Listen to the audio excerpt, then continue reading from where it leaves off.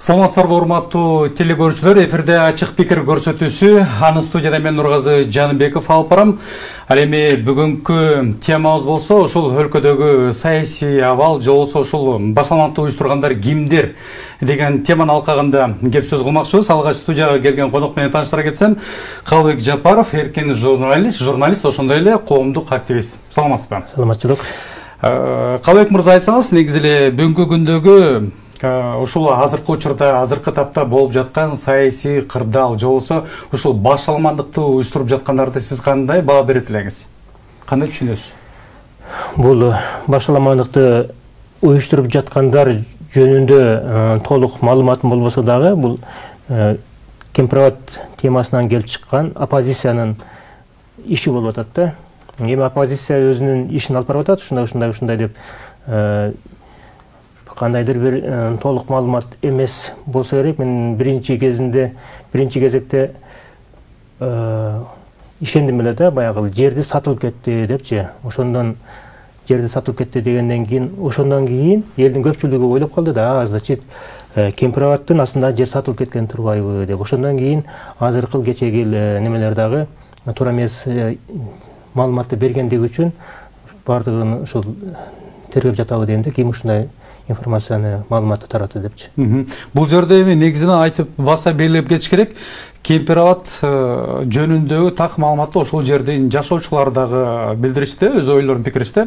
Кээ бирлер айтып жатат, биз көбүрөөк жерге ээ болдук, анткени ошол суу дагы бизди кысып турган болчу, биздин жерлердин көпчүлүк бөлүгү суу астында калып кетти деген. Ал эми кээ бир айрым эксперттердин айтымына караганда, ошол эле суу мурдатан эле ошол Өзбекстанга караштуу болгон жер деп да айтып жатат да.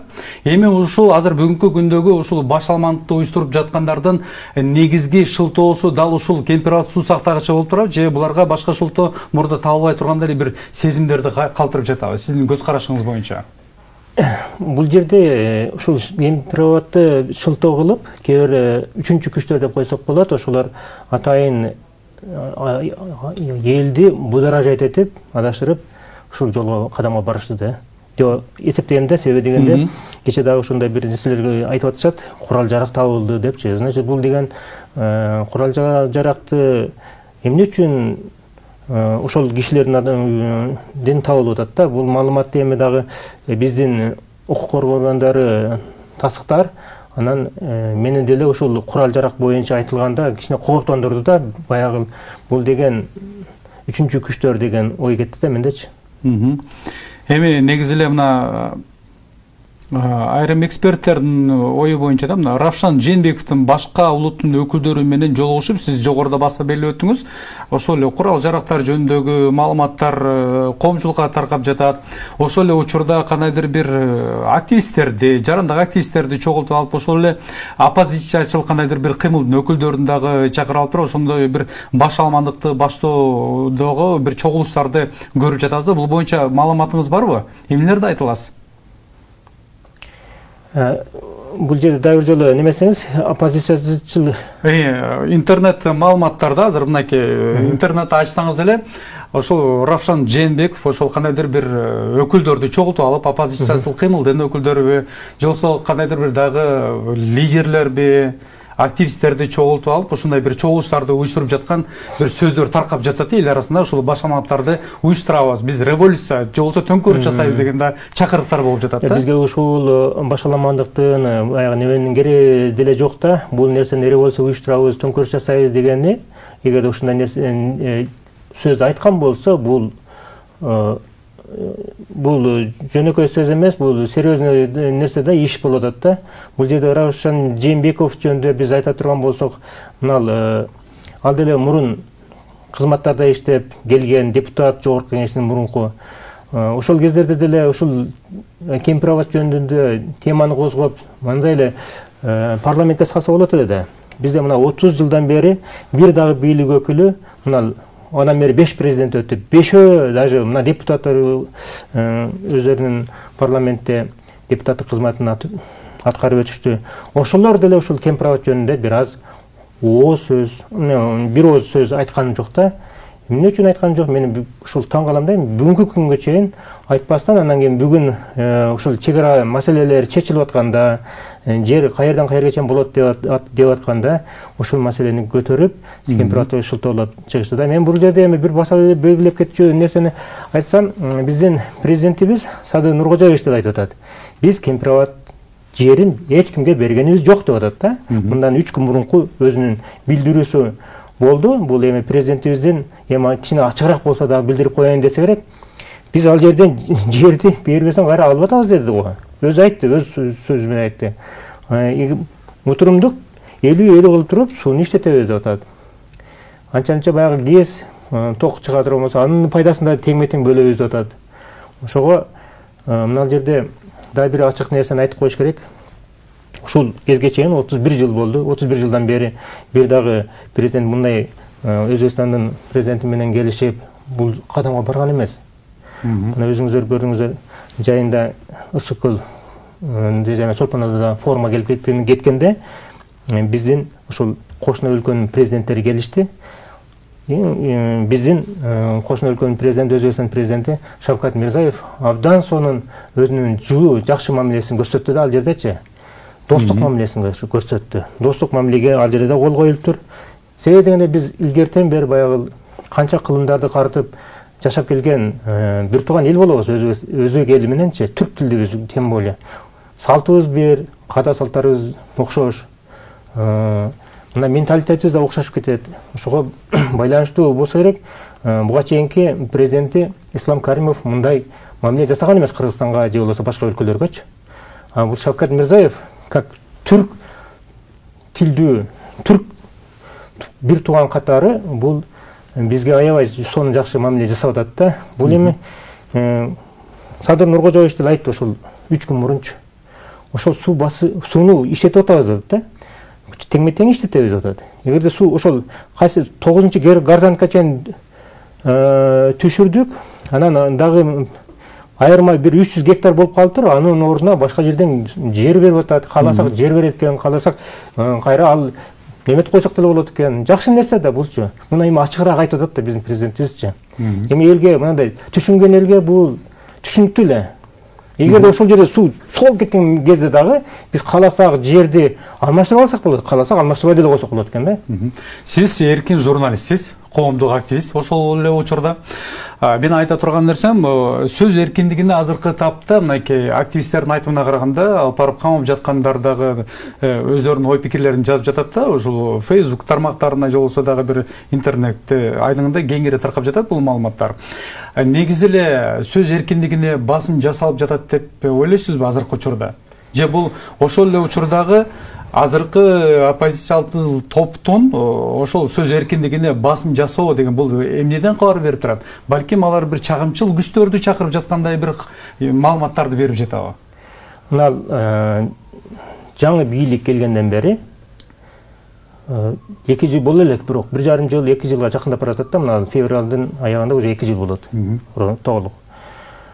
Ушул аралыкка чейин мына ар кандай биздин жанакындай сөз эркиндигине биздин жаңы бийлик жол берди. Үстүнөн жуунду куюп атса дагы, мусор төгүп атса дагы унчугушпады, макул дешти. Мындай сөз эркиндиги башта мисалы Атамбаевдин кезинде же болбосо мурунку бийликтин учурларында болгон эмес да.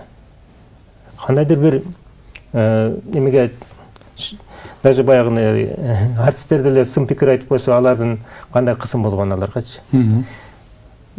Ушундай сөз эркиндиги азыр Кудайга шүгүр. Анан эми сөз эркиндиги бизге берилди деп эле так неме кылган болбойт да, баягы кемсинтип, басмырлап, тигиндей мындай. Биз угуп жүрөбүз да, анча-мынча ошол сүйлөмдөп эле мулардын биздин президентибиздин, УКМКдин жетекчиси Камчик Кыдыршаевичтин, биздин ген прокурор Курманкул Токтуралиевичтин үй бүлөсүнө чейин асылып кетип атышпайбы?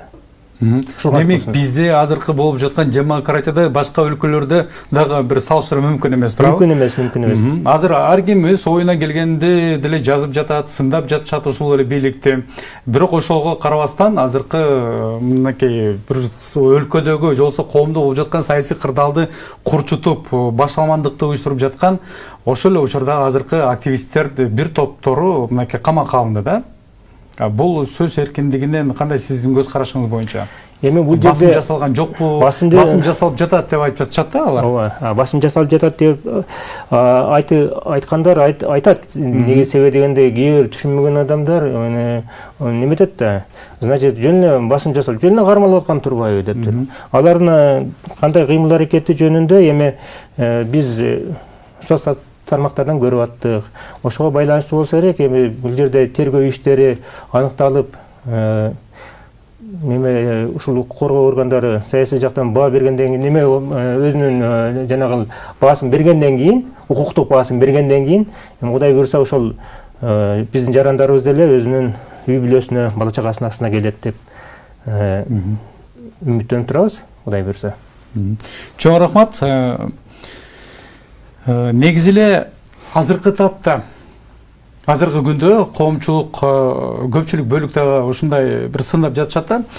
Баягы эле оппозициячыл бийлик катары ошол эле Бекназаровду көрүп жатышат. Ошол эле дагы бир эсептелүү гана адамдар көрүп атат. Сиздин көз карашыңыз боюнча эркин журналист катары айтсаңыз, негизи эле азыркы учурда ошол оппозициячыл бийликти же болбосо бир топту жетектеген бир туруктуу бир бычакка сап боло турган бир лидерди көрүп жатасызбы? Азыр ошол эле кыймылдар кимдин артынан ээрчигенди дагы билбей жатышат да.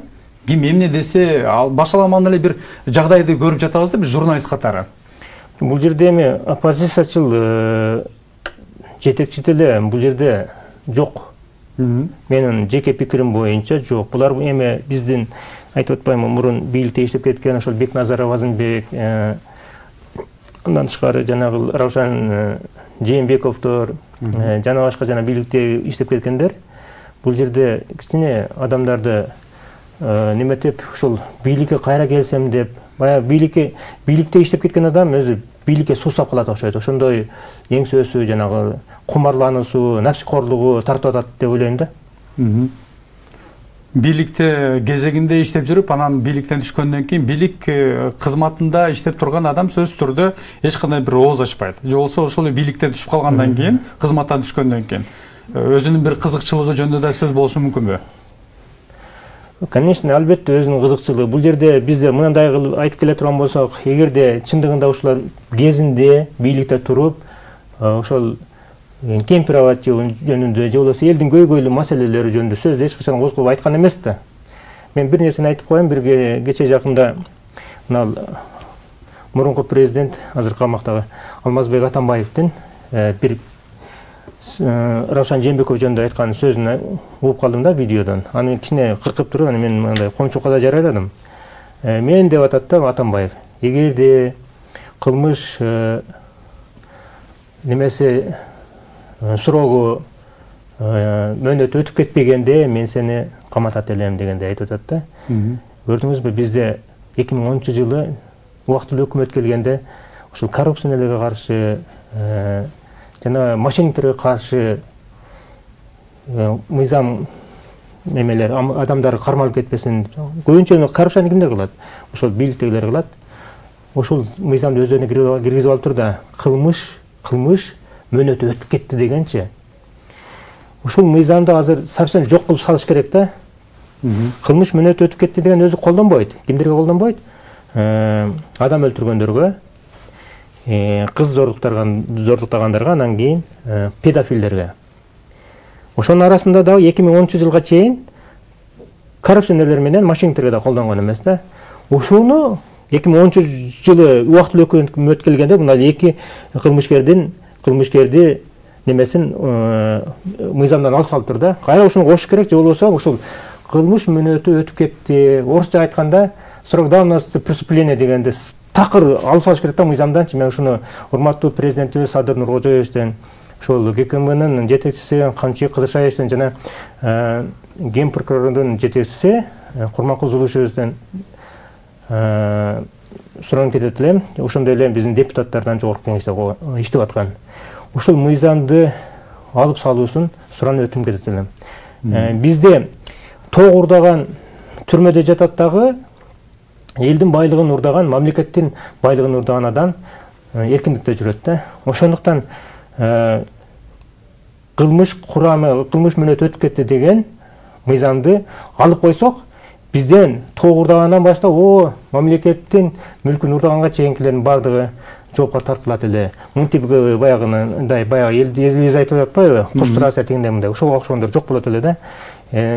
Коррупция дегенде биздин элибизде бир карапайым элибиз толук түшүнбөйт да. Коррупция деген бул мамлекетти жок кылып жиберүүчү, мамлекетти, элди, мындайча айтканда, өлтүргөн бир балекет нерсе да, ошону түшүнүшүбүз керек.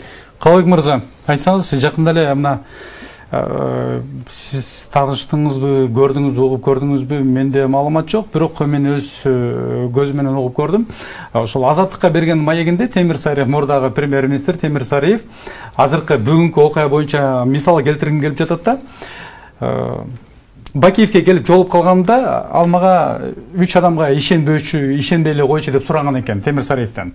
Булар кимдер деп сурасам, ошол эле Бекназаров, Текебаев жана Феликс Кулов жөнүндө сөздөрүн айтканы азыр интернет маалыматтардын булактарында кеңири жайылып жатат да. Бул деген эмнеден кабар берет? Ошол эле учурда баягы эле ушул революцияны жасагандар, же болбосо азыркы уюштуруп жаткан мынакей Бекназаров дагы кармалдып жатат. Буларга коом тарабынан, сиз эркин журналист катары айтсаңыз, коомчулукта кандайдыр бир ишенбөөчүлүк барбы, же ишенип жаткандар дагы барбы? Сиз өзүңүздүн жеке оюңуз боюнча ушул бизде жанагы мына мамлекетибизде ушул жаңы бийлик келгенден кийин Кудай буйрса акырында эми булар өзүнүн немесине келе атышат да. Мурун чындыгында жаңы тамтаң баскан баладай болсо, эми азыр болсо кичине болсо дагы тажрыйба топтоп калышты да. Мен ушуну айтат элем да, азыр сиз айтып аткан кишилер булар убагында бири менен сүйлөшкөндө дагы баягы телефонда запистер бар да болгон. Мынанча долларды бөлүшөбүз, теңде мындай кылабыз деп мамлекеттин мүлкүнө кол салган кишилер да ушуларчы. Анан ушуларды кантондан кийин биздин элибиз угат. Мен ошого суранып кетет элем биздин карапайым элден. Эч качан биз эми ушундай адамдардан алысыраак болушубуз керек да. Эми биздин ишене турган бийлик органдары бар. Мына ошолорго көбүрөөк ишеним көрсөтүшүбүз керек. Кудай буйрса, мүмкүн мына президентибиз азыр президенттик башкаруу бизде люстрация деген бар, люстрация кылып, мүмкүн ошолорду жакын арада тазалайбы. Мен люстрация дегенде, мен ошого окшогон жанагы азыр сиз атын атап кеткен адамдарды даже бала чакасынан туган уругуна чейин керек болсо ошо бийликке жолобосун деп ушундай бир мыйзамды кабыл алыңыздар дейт элем да. Азыркы президенттен деле ушу бийлик өкүлдөрүнөн суранып кетет элем ошол нерсеничи. Негизи эле бүгүнкү күндө ошол саясий башаламатты уюштурган адамдардын баарыбызга эле маалым болуп жатпайбы? Ошол эле тапта Равшан Жээнбековду айтып атабыз, Бекназаровду айтып атабыз, көпчүлүк активисттер да кармалды, журналисттер да кармалды. Сиздин негизги жеке өзүңүздүн көз карашыңыз боюнча ошол журналисттерге карата бир кысымчылык болгон жокпу? Коомчулукта ушундай сөздөрдү айтып жатат. Мен бул жерде жанагы суроо бердиңиз, ошону дагы бир жолу жооп берип коеюн. Себеби дегенде бул жерде журналисттерге кысым болду деп, эми бул массалык маалымат каражаты да айта берет. Болгон жок эч качан. Мен айтып атпаймынбы? Эгерде чын эле таза, чын эле ал жерде эч кандай провокация жасалбаган болсо, жанакындай айтып атышат, акча таратылды, курал жарактар таратылды деп, ошолорго тиешеси жок болсо, албетте буларды биздин мен өзүм деле каалайм. Бала чакасынын астына барып, ысык чай ичип отурушунчу. Өлкөгө азыркы учурда эмне керек? Стабилдүүлүк же туруктуулук деген нерсеге кандай көз карашыңыз? Ооба, эми бизге өлкөбүзгө стабилдүүлүк сөзсүз керек да. Мындай нерсени улам эле башаламан жасай берсек, мына биздин өзүбүздүн деле эң мамлекетибиздин жашап аткан күнүмдүк тиричилигин көрүп аткан биздин жеңил өнөр жайы, мына базарларыбыз удар болот да буларгачы. Соода токтойт. Баякы эле мындан дагы неме болот да. начар абал болот да. Мен да бир нерсени айтып коеюнчу, жана бир кошумчалап. Убактыбыз бүтүп кала электе мен жанагы Кемпироват жөнүндө да бир теманы кичине кыстырма айтып кетейин дедим эле да, сиз уруксат берсеңиз. Мына биз Кемпироват суу сактагычын эми биз түшүндүк да. Садан Нуркожоевич аны көрсө бербептир, наоборот алып атыптыр. Муну түшүнүшүбүз керек да. Анан түшүнбөй туруп эле анан кийин сатып тигинде мындай деген бул провокация сөз экен да, мен түшүнүп калдым. 3 күн мурун ушул президентибиз айтты. Ушул нерсеничи мен 3 күндөн чейин мен ишенбей айттым эле, сатылып кеткен турбай деп. Мен өзүм кошо аны болбойт да. Мен өзү чындыгында ошол Кемпироваттан жогору жакта Каракулжанын Алайкуу деген өрөөнүндө Капчыгай айыл өкмөтүндө туулуп өскөнмүн да. Капчыгай айыл өкмөтүнүн климаты өтө татаал, оор, мындай кышында суук, күн тийбейт, эки таштын эки тоонун ортосу да мындайча айтканда. Мына ошондой жерде чоңойгон. Ичим ачышса, Кемпироват берилип кетсе, аябай түз жер, биз ушуга жерге жашасак деп неметтим эле да. Аны көрсө президентибиз айтып атпайбы, 3 күн мурун айтты, бул маселе неме болду да. Келечекте биз эгерде Кемпироват суусун ал жерге топтолбосун дей турган болсок, же болбосо өзүбүзгө пайдаланалы дей турган болсок, биз Кемпироват суусунун 80% суусун толтуруп аткан биздин ошол Алайкуу өрөөнүнүн агып түшкөн Тар дарыясы. Кийин Каракулжа дарыя менен биригип туруп, мына немеден өзгөн көпүрөсү бар го, жана Ошко кетип аткан. Бишкек Ош жолунда. Ошол көпүрөдөн 5 километрдей арыракта эле экөө кошулгандан кийин Кара дарыя болуп аталып кетет да. Мына ошол Тар дарыясы 80% Тар дарыясы толтурат ошол неме. Ал Тар дарыясынын негизинен биздин Кыргызстан үчүн эч кандай пайдасын деле көрө элек бул күнгө чейинчи. Ошо пайдасын көрүү үчүн эмне кылыш керек деп мен ойлонуп келем да. Мунун болсо азыр бизде Арабанда, Ош шаарынын өзүндө, Кара Суу районунун сел өзүндө суу таңкыз. Ошол Тар дарыясын мен жашап, мен чоңойгон жерден ошол жер кысыктар башталат да тоодо. Ошол жакта суу сактагычты куруп кете турган болсок, ошол биздин азыр айтып аткан мына Каракулжанын өзүндөгү эле Чалма, Ылайтала, анан кийин Ылайталадан кийин Пор, Калматай деген, Шералы деген айылдар бар өзгөндө. Ар жагында Куршап, Кызыл Сеңир, анан ары ушул 30 жанагы Кара Суу районун толугу менен, Ош шаарынын толугу менен, Арабанды толугу менен камсыздай турган биздин ошол Тар дарыя суусун буруп кетсе болот да. Мына ушул жагы пайдалуу. Андан тышкары ошол суу сактагыч кургандан кийин биздин Алайкуу өрөөнүнүн аябай баягындай ыңгайлуу да немегечи. Мындай куш жер деп атпаймынбы? Эки жагында платинаны деле мындай кенен жайып тосуш үчүн деле керек жок. Бир 100 метр аралыкка тосуп эле кете берип бир канча ГЭС курса болот да. Айтайын дегеним, биз азыр энергетика, электр энергиясы таңкыс болуп турган убакта ошондой мини ГЭС болбосо дагы мына мини ГЭСтен чаканыраак, чоңураак ГЭСтерди куруп, ушундай кылып бир канча бир 10-15 чакты ГЭСти куруп койсок болот да.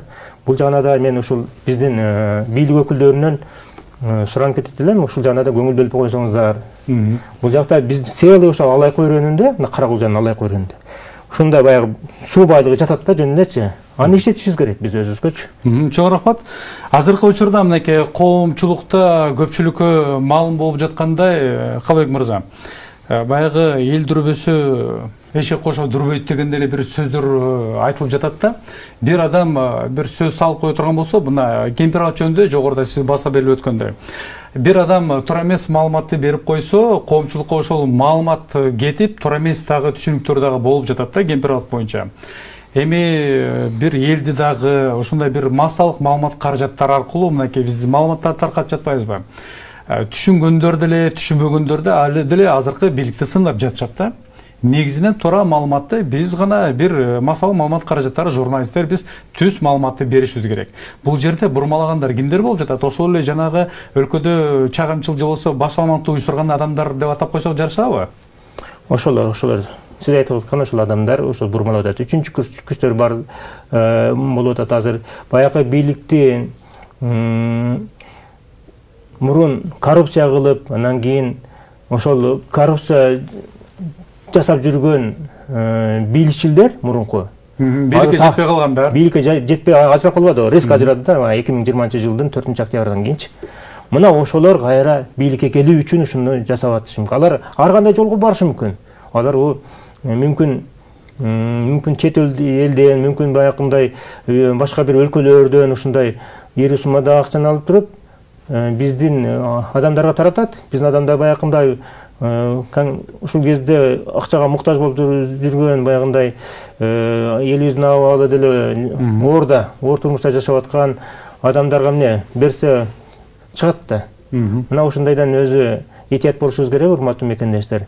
Бизге эми стабилдүүлүк керек, сөзсүз түрдө стабилдүүлүк керек. Биз башаламандык менен эч качан өнүгүүнүн жолуна түшө албайбыз. Чоң рахмат, Калыбек мырза. Биздин убакта соңуна чыгып бара жатат. Сиз эркин журналист катары, коомдук активист катары элге мына ушундай туура маалыматтарды берүү менен өлкөдөгү ар бирибиздин салымыбыз бар. Туруктуулук болсо экен, стабилдүүлүк болсо экен деген үмүт менен биз бүгүнкү көрсөтүүбүздө жыйынтыктайбыз. Урматтуу телекөрүүчүлөр, сиздер ачык пикир көрсөтүүсүн көрдүңүздөр. Калыбек Жапаров эркин журналист болду. Биздин студияда конокто. Ишиңизге ийгилик каалайбыз. Кайрадан эфир аркылуу көрүшкөнгө чейин сак саламатта калыңыздар. Сак саламат болуңуздар.